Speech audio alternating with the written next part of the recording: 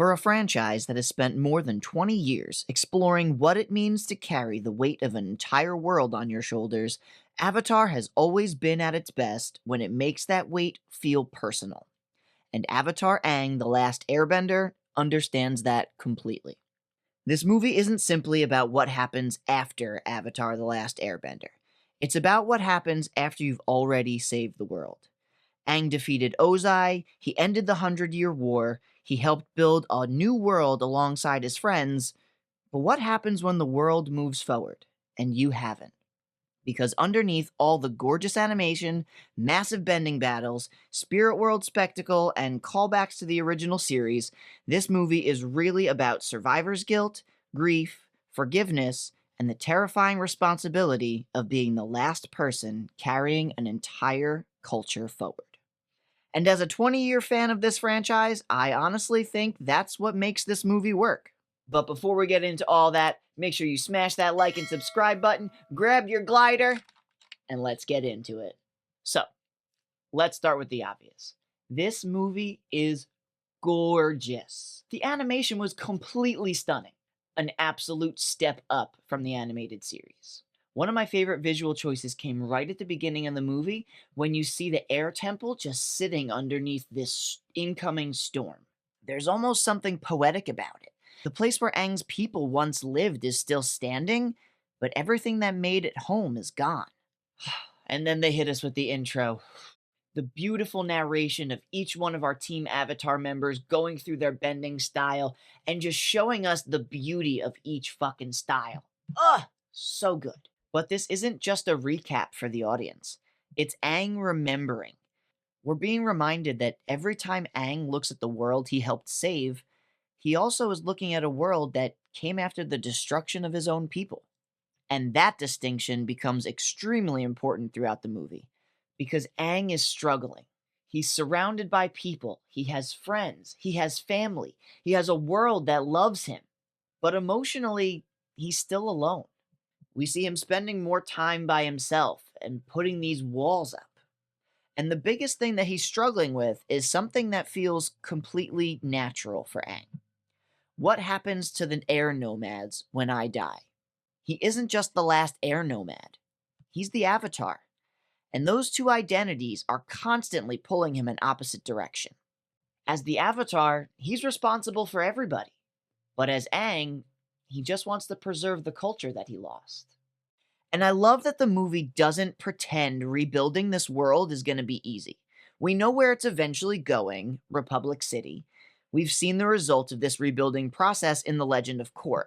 But now we actually get to see the growing pains. People have spent generations living under war. Their definition of normal has been completely warped. And now they're being asked to build something new. Something bigger than themselves. And Unity Tower is the perfect depiction of that. We're watching the foundations of the world we know from Korra being established. And that makes the movie feel like an actual bridge between the two series, rather than simply just another adventure starring Team Avatar. Even Aang hunting for artifacts contributes to that. It's a fun little nod for longtime fans, but it also rewards people who know where this universe is going. And when you start to see the collection of airbender artifacts that eventually connect to the spiritual and historical mythology explored later in The Legend of Korra, it gives this world the feeling of continuity. The history of Avatar isn't just being referenced. We're watching it be created. One of my favorite parts of this movie is Aang's connection to his past lives, especially because we know that connection doesn't last very long past Korra. We've seen Aang communicate with past avatars before, but this time his journey takes him further and further back, and eventually he encounters Avatar Xi'an, voiced by Ke Huy Quan. I recognized this voice as soon as I heard him. Short round, no matter how old you get, still gonna always be great. I absolutely love this interpretation. The past lives have always been portrayed as this incredibly stern, composed, almost mythical figure. But Xi'an feels different. He feels more human. And that makes the interaction feel more intimate. But then we get to Sonam, and Sonam is fascinating because she represents something Aang desperately wants to understand. a thriving Air Nomad civilization. Aang spent his entire life knowing Air Nomad culture through memories, teachings, artifacts, and the stories of people who came before him. Sonam represents an entire era that he never got to experience, the golden age of airbending, a time when airbenders flourished. And her connection to the staff becomes the key to understanding what happened in that world. Of course, Aang eventually realizes he can't do this alone. So he writes to Team Avatar, and this montage is basically everything I could have wanted. We get to see where everybody is now. Zuko's running the Fire Nation and dealing with an incredibly annoying Grand Chamberlain. Sokka is still training the next generation of warriors, benders and non-benders alike. That anime sequence, chef's kiss. And then there's Toph, who is still handing people their asses on a silver platter, training them to be metal benders. But these aren't just cameos. We're seeing how these characters have changed. They're older, they're leaders, they're responsible for people other than themselves. And that's one of the movie's biggest themes. Team Avatar isn't just trying to save the world anymore.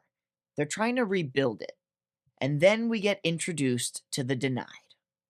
And this is where the movie starts making some really interesting connections to Avatar Legends of Korra. The Denied's ideology provides context for the Equalist movement that we eventually see through Amon in Season 1. And I love that, because instead of simply saying, here's another villain, the movie begins showing us the social conditions that eventually lead to the conflicts in Korra. This is the world evolving. Benders aren't the only ones developing. Technology is advancing. Non-benders are becoming way more organized. And the resentment towards bending is beginning to take shape. The airship battle is a great example of this. It's so fun, maybe a little too long. But visually, it's fantastic because we're seeing technology begin to compete with bending. And more importantly, we're starting to see Team Avatar have to rely on teamwork and not so much Aang saving the day. Which is important because as Aang is becoming stronger, the world is becoming a little more complicated. And then we meet Taga. Initially, I really liked him. There's this beautiful connection between Aang and Taga. When they're airbending together, you can really just feel that brotherhood as they're whipping each other through the sky. There's this line, Air Nomads are formed from the mist. We walk the world for a moment in time, then we return to the eternal wind. It feels like we're watching Aang connect with someone who actually understands what it means to not just be an airbender, but to be an air nomad. Aang convinces Taga to stay with the group, and even before the reveal, you're sitting there thinking, something about this dude is off. Then Katara asks the question that changes everything. She challenges Taga's identity as an air nomad. She says, I know what kind of airbender Aang is. But what kind of airbender are you? and suddenly everything clicks. Taga hasn't been traveling with them because he wants to help. He's been using them. And the 4-element door that Aang has to open is the perfect visual representation of that. This is where Taga absolutely decimates Team Avatar. And I kind of love it. Because this isn't some villain who can be beaten because Aang is the Avatar. The staff is powerful, and Taga is willing to go farther than Aang is. And that's where this movie's central theme comes back around. Taga is also a survivor. His people were slaughtered. He became obsessed with restoring Air Nomad power at any cost. And suddenly, Taga becomes a dark reflection of Aang. Both survivors, both lost their people, both carrying a ton of guilt. But they choose completely different paths. Aang chooses forgiveness. Taga chooses revenge. And that distinction is ultimately what saves Aang, because this movie isn't arguing that grief disappears. It's arguing that grief doesn't have to determine what you become. And then we get to that final battle above Republic City. Taga pulling Sonam's temple from the sky immediately reminded me of harmonic convergence. The scale is enormous, and yet the movie still finds ways to interject humor. My cabbages! My cabbages! My cabbages! My cabbages!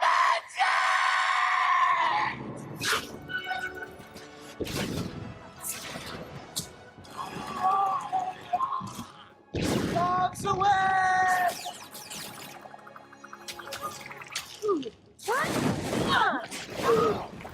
You just got denied.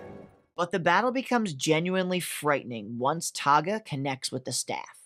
He unleashes the power of the spirit world. He transforms into this dark, angry, revengeful creature. Aang is finally able to get the staff, but winning creates an impossible problem, because Aang now has the power to take bending away from the world again, and that is his worst nightmare. He already carries the guilt of being the last Air Nomad. Now he's potentially going to become responsible for creating another world without airbenders. And then the staff begins to corrupt him. We start to see the mix of colors between the Avatar state blue and the darker red, purpley colors of the spirit world. Really just beautiful. He finally understands what Taga couldn't. The staff isn't going to fix the past. That imbalance felt in the world is already there. So Aang destroys it. And in doing so, he saves Taga rather than becoming him. And that's why I think forgiveness is the real heart of this movie. Sonam feels guilt over what happened to Taga.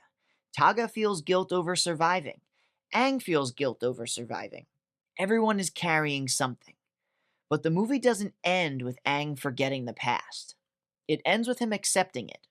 The assembly of the new Air Acolytes is incredibly important because Aang's greatest fear was that Air Nomad culture would die with him. But it doesn't. It evolves. And then Sonam gives Aang another piece of hope. There's a place that hasn't been visited in years, and when Aang arrives, he discovers a new herd of sky bison, the original airbenders, because they're not simply cute animals that we haven't seen for a while. It's a symbol. The first airbenders are returning. The Air Nation isn't coming back exactly as it was, but it's becoming something new. And if you watch Legend of Korra, you know where we're going. I still can't get over how well they animated some of these scenes. The mountain sequence, the cave where they hid Taga, that burst of energy that basically gave away their position to the denied. And then that skydiving sequence. Ugh. Aang moving between the rocks and debris while bending air around himself was just beautiful. And when he enters the Avatar state to save Taga, you really start to feel how much he's grown in these few years. Until he hits that old scar, and the Avatar state is interrupted. And then, just in the nick of time, Appa comes in to save the day. Because Aang has spent the entire movie struggling with the idea that he is the last Air Nomad. And here comes his oldest friend, his connection to the world that he came from. And in a very literal sense, Appa reminds us that Aang isn't truly alone. Ultimately, I think this movie understands what helps make this franchise so special. It's not just bending, it's not just mythology, it's not just nostalgia. It's the idea that the past matters, but it doesn't have to control the future. The biggest criticism surrounding this movie has been everything outside of the movie itself. The lack of the theatrical release that it deserved, the fact that it was leaked months early, the complaints about voice actors and how different the characters sound decades later. And trust me, I get those criticisms. But when I actually sat down to watch the movie for myself, I found myself smiling. Because this genuinely feels like Avatar. It feels nostalgic without simply repeating the original series. It expands the mythology, it introduces new avatars, and it gives us more Air Nomad history. It establishes some of the roots in the world that will really come out to flourish in The Legend of Korra. And more importantly, this gives Aang a story that feels more complete for the man that he's become. He's not a 12-year-old boy discovering that he's the Avatar anymore. He's an adult who's saved the world, and now he just wants to figure out what his place in the world is going to be. And that makes the title hit differently, because he isn't just the last airbender. He's carrying the memories of an entire civilization. And this movie asks whether carrying that memory means preserving the past or building something worthy for the future. And for me, that's where this movie really succeeds. It bridges The Last Airbender and The Legend of Korra in a way that feels earned. It shows us a world still covered in scars, but finally ready to move forward. And by the end, Aang realizes something incredibly important. Being the last one doesn't mean you have to stay alone. The Air Nation can return. The world can change. And the future doesn't have to look like the past. I am super excited to see where we're going next with Seven Havens. Because if this is the next chapter in the Avatar universe, I'm gonna keep riding the Sky Bison till the wheels fall off.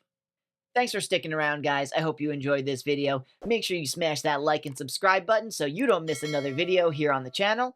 Until then, catch you on the next one. Later.